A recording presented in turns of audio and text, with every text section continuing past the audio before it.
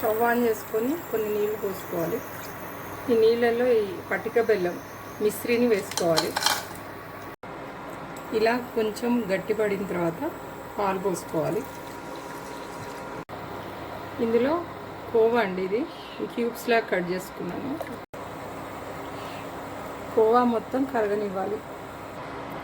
ఇలా ఉడికిన తర్వాత కుంకుమ పువ్వు అండి, ఇలా నీళ్ళల్లో వేసి పెట్టుకున్నాను.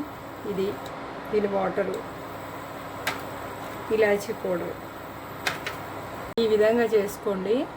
ఇది చల్లారిన తర్వాత తోడేయండి. కడుపుతో ఉన్న వాళ్ళకి చాలా బాగుంటుంది. పిల్లల కోసం అని మనం కుంకుమ పువ్వు తింటాం కదా, పిల్లలు రంగు రావడానికి ఇలా చేసుకొని తినండి. సమ్మర్లో చాలా బాగుంటుంది. ఆరోగ్యానికి ఆరోగ్యం, కుంకుమ పువ్వు కూడా కలుస్తుంది. ఇప్పుడు ఇట్లా పూర్తిగా పాలు గోరు ముంచే విధంగా చల్లారిన తర్వాత పెరుగు వేసేసుకోండి. ఇలా తయారైంది చూడండి గట్టిగా. ఈ విధంగా ముంజలన్నీ వేసుకోవాలండి. కాసేపు ఫ్రిడ్జ్లో పెట్టుకోవాలి. ఫ్రిడ్జ్లో నుంచి తీసాక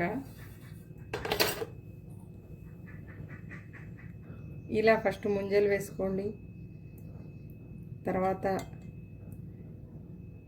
ఇలా వేసుకోండి. ఇలా కొంచెం గట్టిగా కొంచెం లూజ్గా ఉంటుందండి.